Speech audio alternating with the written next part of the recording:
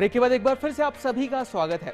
दोस्तों, आज हमारे साथ वो महिलाएं हैं जिन्होंने कि अपने अपने क्षेत्र में काफी सराहनीय काम किया है और अपना नाम बहुत बहुत बहुत रोशन किया है। हम योजना जी से बात कर रहे थे पहले। योजना जी, आपसे जानना चाहूंगा मैं, क्या क्या कहना चाहेंगे आप उन सभी महिलाओं को जो कि अभी आपको देख रही हैं और अब किसी न किसी फील्ड में कुछ ना कुछ काम करना चाहती हैं, बट कहीं ना कहीं उन्हें रोका जाता है कुछ करने से? मैं बहुत ज़्यादा नहीं कहूँगी, बस ये कहूँगी कि नारी तुम शक्ति हो, रुको मत, क्योंकि जो शक्ति तुम्हारे अंदर है उसको बाहर लाना बहुत ज़रूरी है। क्योंकि ये चीज़ तब तक सामने नहीं आती जब तक आपके पास में कोई चैलेंजेस नहीं आते, चुनौतियाँ नहीं आती हैं। और जब चुनौतियाँ आती हैं तो नारी की शक्ति बहुत निखर कर के बाहर आती है। मेरे साथ भी कुछ ऐसा ही हुआ है। और दृढ़ निश्चय, कड़ी मेहनत और पूरी ईमानदारी के साथ में, और एक सबसे अच्छी चीज़ जो है कि गिव अप ना करो। जब तक कि आपको अपना गोल प्राप्त ना हो जाए तब तक गिव अप ना करो, आप आगे बढ़ते चले जाओगे। और जब मैं कर सकती हूँ ये चीज़ तो हर कोई कर सकता है। चलिए, थैंक यू सो मच।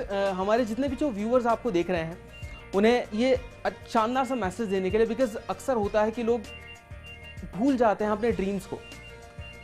चलिए अभी के सीधा आपको ले चलते हैं मेघा के पास। Megha, over to you. बिल्कुल अर्पित, नारी शक्ति है, नारी समृद्धि है। अगर वो चाहे तो सफलता के आयाम छू सकती है।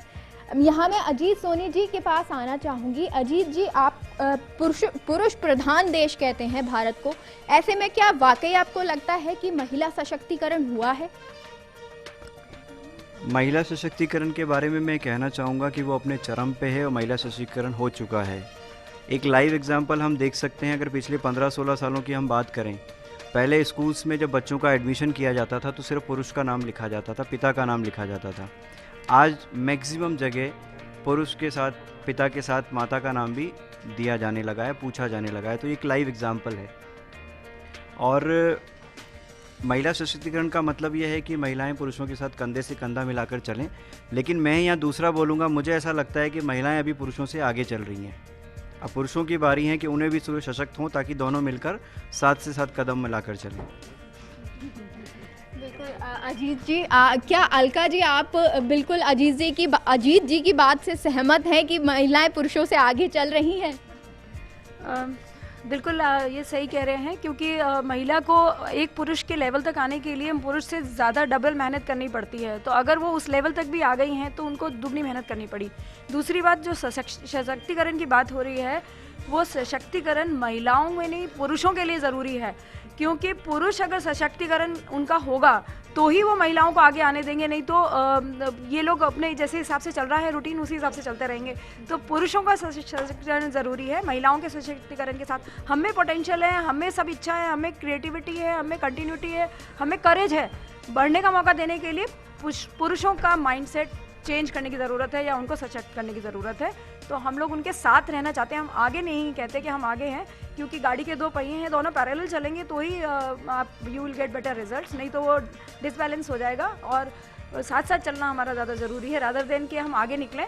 आगे निकलना भी नहीं चाहते, बस आप साथ आने तक के लिए हमको एनकरेज करिए और हम देखिए कहाँ से कहाँ पहुँचाते हैं। आप देखिए कुछ महिलाएं हमारे साथ अभी बैठी हैं, इसका एग्जाम्पल है कि उनको मौका मिला या उन्होंने धारा के अगेंस्ट लड़ झगड़ के और वहाँ तक पहुँची हैं, जो कि फैमिली को साथ में रखते हुए। आपने उनके विचार सुने तो देखिए उन्होंने अपनी फैमिली को साथ रखा, उनकी विश के अगेंस्ट नहीं गए। तो वही चाहते हैं कि हम फैमिली साथ दें, पुरुष साथ दें, उनके पीछे उनके फादर, उनके ब्रदर, उनके हस्बैंड्स, उनकी मदर इन लॉ सब साथ दें। और माँ सशक्त होगी तो बेटी को सशक्त करने में बिल्कुल ऑफकोर्स स्टैंड बाय करेगी, उनके साथ खड़ी होंगी। तो मेरे हिसाब से तो ये दोनों साथ साथ पैरेलल चलने चाहिए और पुरुषों को ज़्यादा सशक्त करने की ज़रूरत है।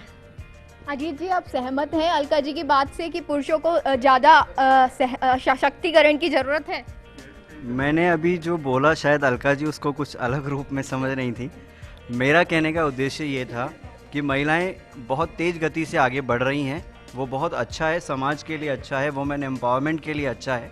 लेकिन पुरुषों के साथ, पुरुषों की स्पीड से तेज वाली बात मैंने नहीं बोली थी। मैंने कहा था आप लोगों का कार्यशीलता जो बढ़ रही है वो पुरुषों के लेवल तक आ रही है, वो बहुत अच्छी बात है। जैसे मैंने अभी कहा कि स्कूल्स में हम एडमिशन लेते हैं तो पिता का नाम भी पूछे जाने लगा है। मैं चाहूँगा हमारा समाज इतना आगे बढ़े कि घर के बाहर नेम प्लेट में पहले महिला का नाम लिखा जाने लगे। बहुत खूब सर, बहुत खूब, बहुत ही खूब Thank you. कहा आपने। बिल्कुल, नाम पहले महिलाओं का आना चाहिए। तो चलिए अर्पित, मैं आपके पास आना चाहूँगी और जानना चाहूँगी कि क्या आप सभी जो महिलाएं वहाँ बैठी हैं इस बात से सहमत हैं कि महिला सशक्तिकरण हुआ है या फिर पुरुषों को सशक्तिकरण की ज़रूरत है? चलिए Megha, thank you so much हमारी बात करवाने से। जितने भी डिग्निटरीज आपके साथ थी उनके साथ। चलिए अब चलते हैं सीधा कन्नू मेहता जी के पास, जो कि डिज़ाइनर है। मैम, आपसे मैं जानना चाहूँगा कि कहाँ से शुरुआत हुई आपकी जो जर्नी है, इस जर्नी की? मेरे को 25 साल हो गए इस जॉब में। हाँ जी। मैंने बहुत छोटा सा उस स्केल पे, मैं पहले किसी के यहाँ स्टिच करवाने जाती थी एक्चुअली। तो जब मैं उनके उधर गई तो मेरे को एक वहाँ लेडी मिली, तो उसने मेरे से पूछा कि आप इतने कपड़े स्टिच कराते हैं तो आप अपना काम क्यों नहीं करती? तो मैंने कहा मेरे को इतना ज़्यादा वो नहीं है कि मेरे पास टेलर, कहती मैं आपको देती हूँ। नेक्स्ट डे वो आई मेरे घर और मेरे को वो टेलर वगैरह सब लेके आई। तो मैंने वहाँ से अपनी शुरुआत की। उसके बाद मैंने कम से कम 200 कारीगरों को बिठा के काम शुरू किया। बहुत खूब मैम। मैम, क्या कहना चाहिए उन सभी लोगों को जो कि अभी आपको देख रही हैं, या फिर उन सभी महिलाओं को जो आपको देखकर काफी इंस्पायरिंग फील करी है, या फिर जो ऐसा काम करना चाहती हैं उन्हें? मैं यही कहती हूँ कि इसमें ये नहीं है कि मेरे को वर्क नहीं आता या मैं कोई कोर्स करूँ।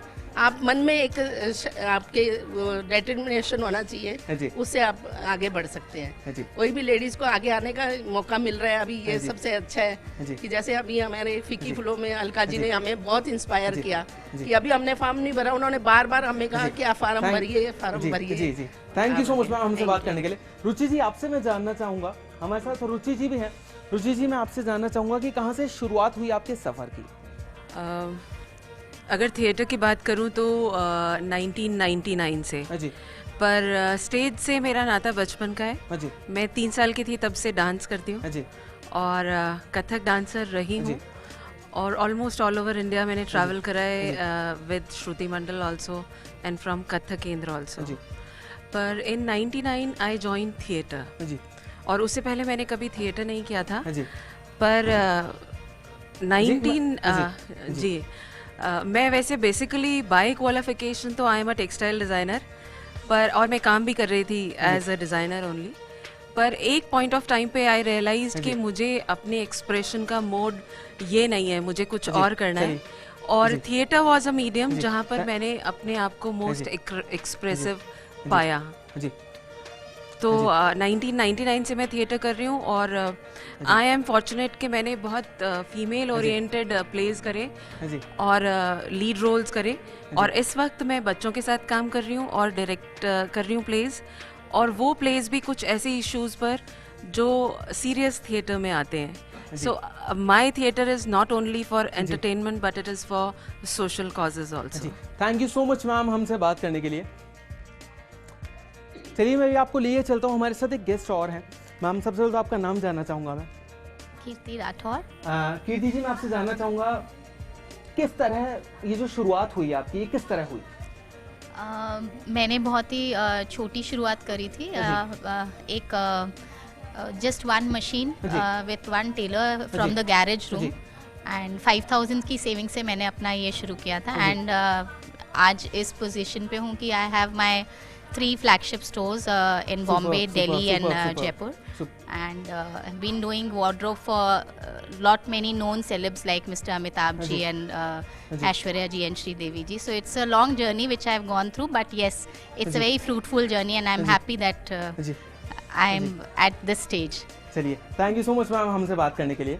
तो यहाँ पर जितनी भी मौजूद महिलाएं हैं, उन सभी महिलाओं से मैं एक बार सल्यूट लेना चाहूँगा, उन सभी को थैंक यू कहना चाहूँगा कि मैम आप जितना भी जो काम कर रही हैं काफ़ी सराहनीय है। तो थैंक यू सो मच हमारे साथ जुड़ने के लिए।